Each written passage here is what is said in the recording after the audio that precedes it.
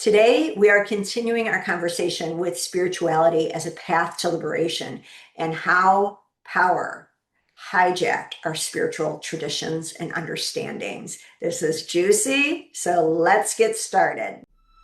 Welcome to the I'm Perfectly Divine podcast, a place for the strong, sensitive spiritual seeker to recognize the perfection of your human journey as a pathway to remembering your worlds through proven and grounded frameworks that support you to live in the wholeness you already are. For over the past 2 decades, I have supported people from all around the world, as well as Fortune 500 companies, to dissolve the divisions within them and live with greater empowerment and love. This podcast is an exploration of the paradoxes that befuddle us as we live our lives being both human and divine. Together, you and I, along with other experts, will navigate integrating psychology and spirituality, the divine feminine and the divine masculine, the darkness and the light, to create greater sacred union from within. I believe through your remembering that you are innately divine, that you will allow yourself to more openly shine. So let's get to it, because your unique light is needed more than ever. Welcome back to I'm Perfectly Divine podcast. We are continuing this exploration as spirituality as a path to liberation. So I just want to recap where I went with part 1. You don't have to listen to part 1, but if you do, go to episode 334, where I talk more about why I can no longer say to myself, I'm spiritual, not political. And it's very powerful because, first of all, it's always powerful when we call ourselves out and see through a lens or see past a lens that we've been given and really see the distortion in it. But it's also powerful because it is guiding us on what this spiritual path is really meaning, a deeper meaning to it. It's an example of that. So I hope you do turn into that. So I really walked through in that episode where I felt that I've been naive, my disillusionment, really with both sides of the political system. And it was important for me to name that, so that as we walk this spiritual path, we become less attached to identities on the outside where we get locked in, because then it becomes more about the identity and what that external identity means rather than really listening to our heart. So I was very open about that, and really then taking in a sobering reminder from history, which is that too often we have woken up after it's been too late. Now, the reason why I am so excited about this episode is because we have such a different opportunity this time around. We have so much to our advantage. First, we have at our fingertips the ability to fact check everything and anything that we are being told. We can go down these explorations to really tune in for ourselves what is true and really take that in. And we are going to be less biased in doing so. And I'll get to why that is and why that's an advantage. Second is that we have more women in positions of power than ever before. So while I have shared that women can be susceptible to the patriarchy just as men, and the rules that we've been, especially the unspoken rules that we have all been influenced by, the differences is that women often have lived experience that helps them to recognize those invisible yet very dangerous aspects the patriarchy has on all of us. And that's why you'll hear me say probably every time that the patriarchy is not just about men. Women are engaged in it too, and really it's and how it impacts all of us. And then why I was saying that we are ones to hopefully be less biased, or we work towards less distortion internally, so that we have less distortion externally. And the reason why we are in such a unique space right now is because I feel so many of us, you have been called in one shape or another, whether that's spiritual, whether that's intertransformational work, or hopefully both, to really come forward to learn to honor your humanity and divinity together. And how big of a shift that can make within us when we can have that level of understanding and compassion. And so by the end of today, I really hope you are going to see why this matters so much right now. So where am I going today? Well, today is about going into how power controls the narrative. And nowhere is that more clear to me than in the history of Christianity.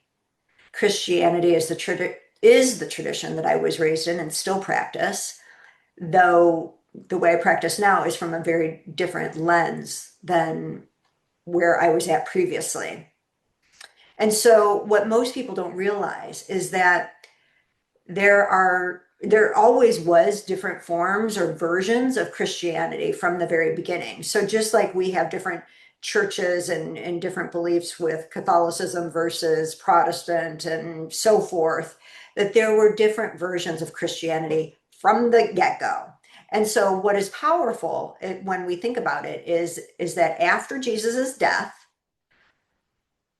well, first of all, people did not call themselves Christians. The people that followed Jesus called themselves people that followed the way. So being called Christian was a way to categorize that you were following the teachings of Christ. But again, these could be very different. So after Jesus's death, though, if you were considered following any of the different varieties of Jesus's teachings, it could lead to your own death. And that did not stop the spread of Christianity, because the love in the message behind Christianity was so powerful. But the love that Jesus was sharing was not the threat. The threat was for Christians who were followers of the way, which is a specific branch of Christianity that I want to talk about. Now, on some level isn't new to us, but we want to emphasize it a bit. And we see this in Acts chapter 24, where Paul says he worships according to the way. The way was a path of inner transformation. And because it was a path of inner transformation, it could not be controlled from the outside. It was really about guiding you to understand what is going on within you. And it taught that your heart is your guide and your authority, that the divine lives within you, within your heart, not above you, not in a hierarchy of men. It lives within your heart. That was the threat. And so when people truly inhabit that knowing of your heart as your inner authority, it becomes very difficult for anyone to have power over them and over you. And that's the real threat. That is exactly why Gospels, ancient texts that contained this information, were destroyed, demolished, and had to be hidden away. But even among the early followers of Jesus, the way was often misunderstood. So we got to take this in as well, because this is another layer. We see this in the Bible itself, where we have the disciples repeatedly misunderstanding Jesus's message. They're arguing about status and power, and they flee when he's arrested. And none of this is to be judgmental. This is all natural and human. We get afraid. We do these things. Our ego comes in, right? But, and this is a big but, what is often missed is how starkly this contrasts with Mary Magdalene and the other women who remained steadfast by Jesus's side when he was arrested without protection, who also had their lives being threatened. The contrast between these women who weren't seeking status, but they were simply trying to be believed.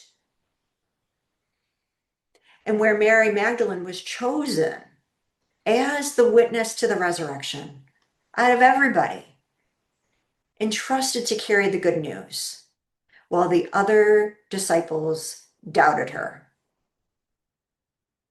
So for me, what this means is when I sit in church on Easter and listen with joy as everyone proclaims, he is risen indeed. And yet they quietly pass over the fact that Mary Magdalene had to have profound inner work, inner transformation, to have the eyes to see and believe what she witnessed. It is so profound. And yet we just she can't be forgotten because she was the witness, but we can diminish who she really is.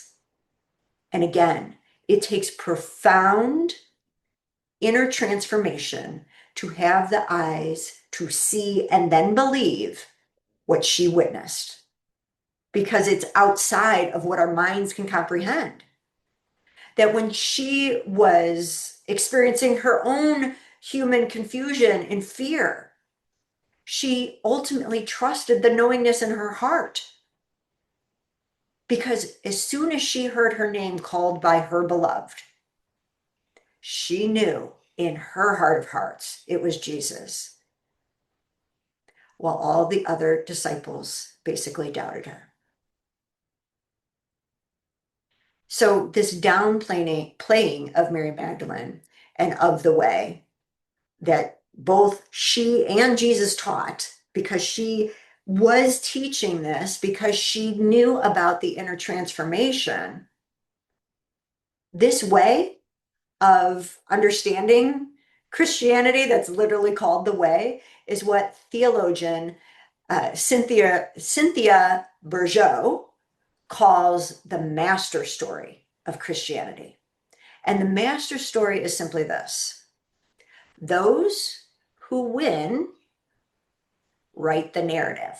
And we're seeing this now where history books have been formed with a certain lens. We're seeing aspects of history being taken away so that we can have a different version of history. And so it's not any different. Like in the 4th century, Roman men are the ones that won, and they were the ones that were able to shape a version of Jesus designed to enforce their system, a system that is the patriarchy, that's power over. The master story will not acknowledge that there would be no Christianity without Mary Magdalene, that her heart knew the truth when no one else's did. And those of us on this path understand what it takes, the inner work that it takes to listen,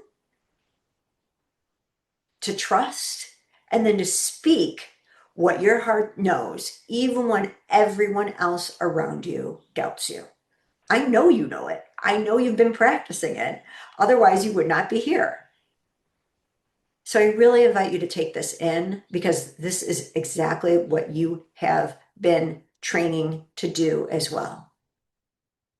You have trained yourself to do this as you have went against the narrative that says emotions are weak.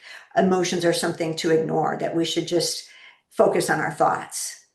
You turn to your emotions as a guide, or are willing to look at them as a guide, as an ally, to know your heart. And as you go or have gone through the heroine's journey that strips you of your external identity, you know that this has occurred so that you can know your heart fully and freely, because that's what happens at the end of this, at the end of the heroine's journey, so that you too can resurrect in your truth. And this is what Jesus was modeling to us. And why Mary Magdalene was there, supporting him, helping him hold on to this truth as he navigated this resurrection.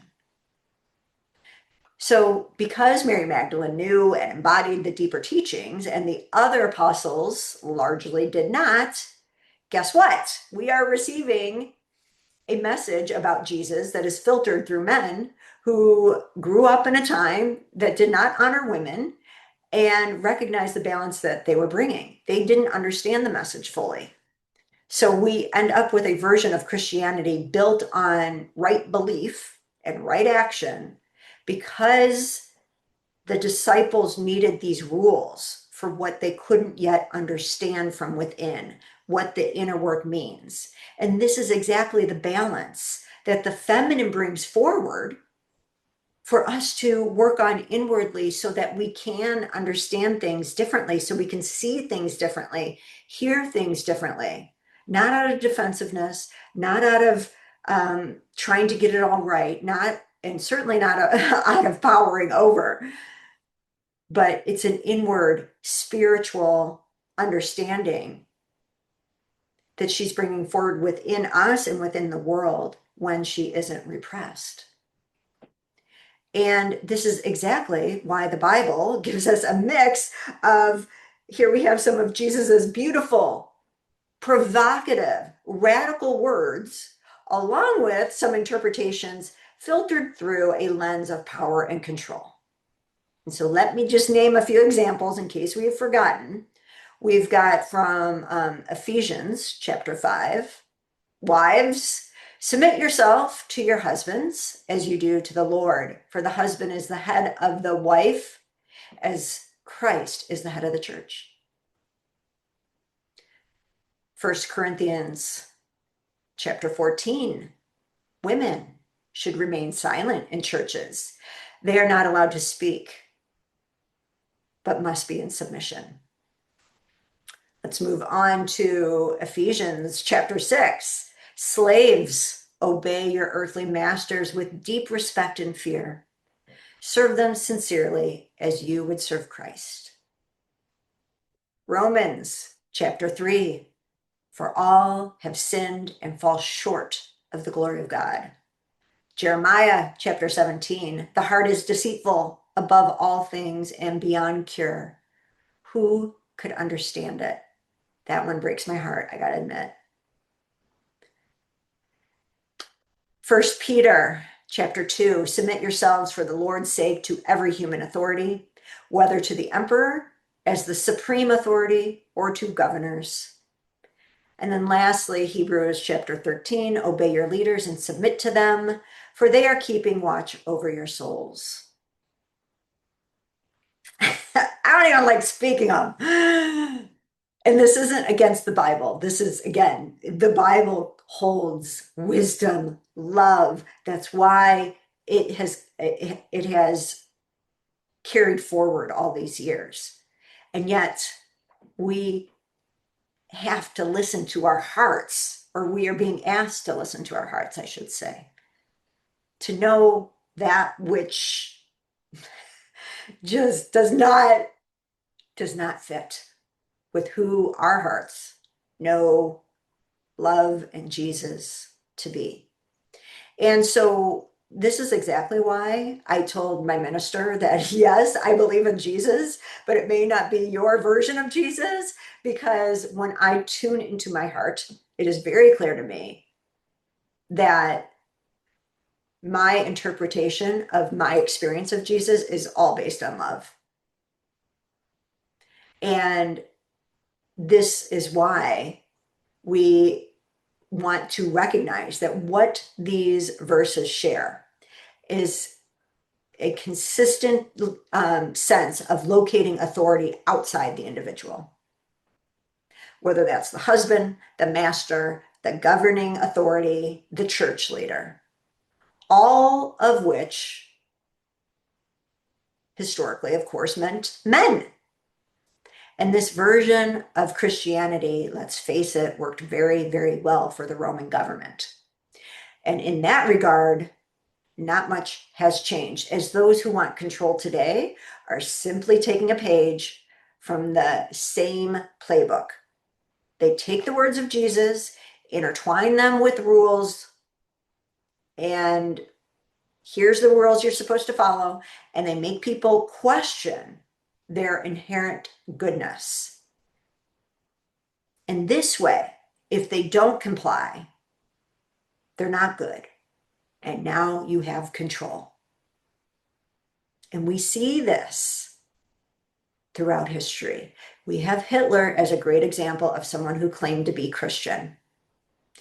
Not only did he claim himself to be Christian, he believed himself to be, quote unquote, the German savior.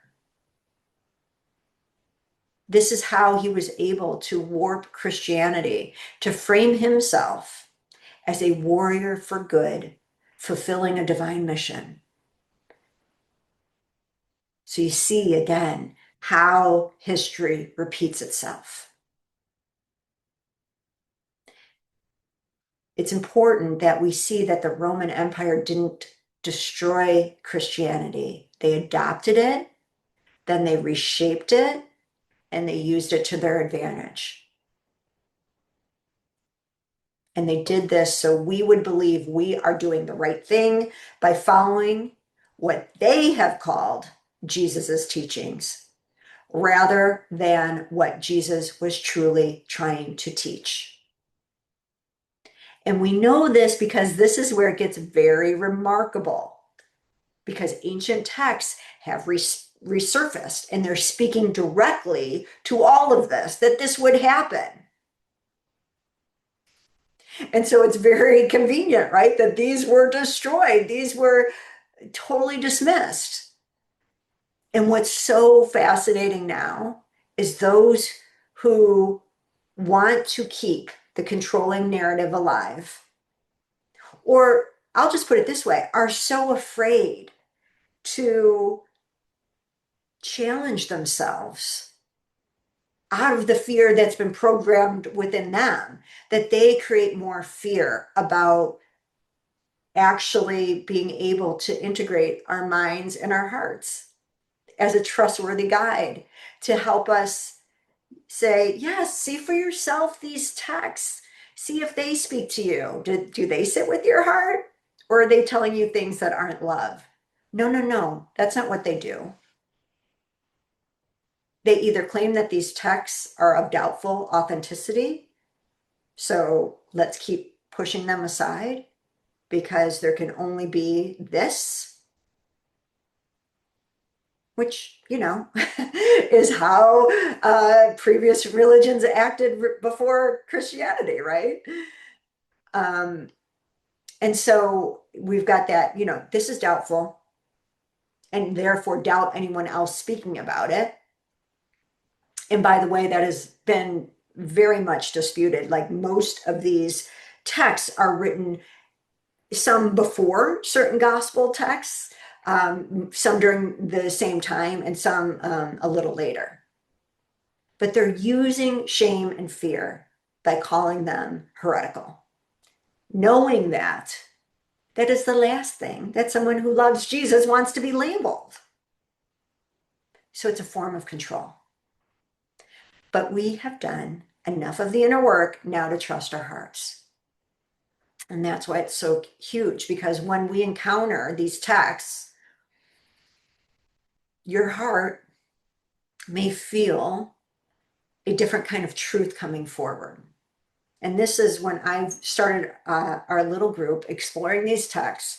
This is what each of the group that is largely made up of women felt, that they finally felt seen, they finally felt understood, and they recognized a truth, just as Mary Magdalene did, despite everyone around not acknowledging her. So just to compare and contrast, let's look at a little bit of what was left out. Is it by accident that is what is left out is the Gospel of Thomas in saying 3 that says, the kingdom is inside of you and it is outside of you.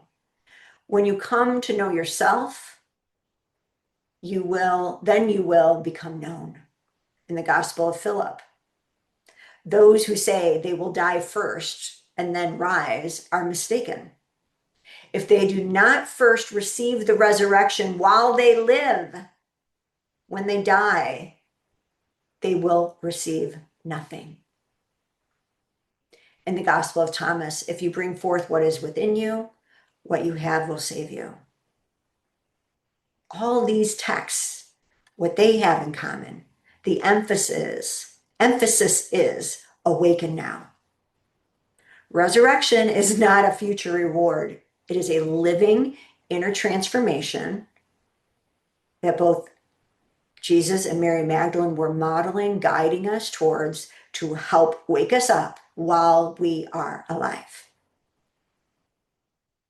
And the person that understood this, because she lived it, was Mary Magdalene, which in the Gospel of Mary demonstrates her true understanding of Jesus's teachings. And again, conveniently buried. So in the Gospel of Mary, you'll see Peter, who first asks Mary Magdalene for these teachings that he knew Jesus just gave to her. And she shares them with him. And then when he doesn't get them, he demeans her for being a woman and puts her down. So it makes sense. He hasn't done the inner work the Gospel of Mary is describing. He doesn't yet have ears to hear what she is teaching. So the other piece to consider as we shift from resurrection as a living inner transformational experience is the benefit to instead an afterlife salvation. Because people waiting, who are taught to wait for reward after death, are far more likely to accept an unjust life right now. In fact, will make you even superior in the afterlife for accepting an unjust life now. A little twisted, right? So to be clear, that is not spirituality. That is control dressed up as spirituality. The divine and the truth that these texts tell us are accessed through inner knowledge. That's what the meaning of gnosis is. Not through a priest telling you what God wants, not through a political leader claiming God is on their side or that they're even God, but through your own direct experience of the divine within you. We have to be able to differentiate with our minds and with our hearts what is politics, and to see that those who win control the narrative. And they have been doing it for over 2,000 years. Not just in governments, but in our sacred spiritual traditions. So that's where I want to leave us, because I think this in and of itself is extremely powerful to take in, especially given the times that we are in.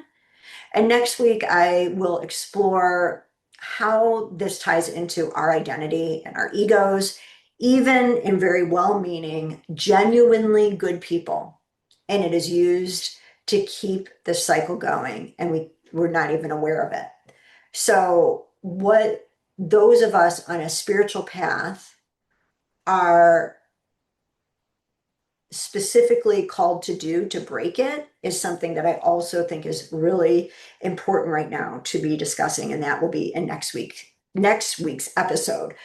At the same time, I want to really take note of something, that none of this is about tearing something down.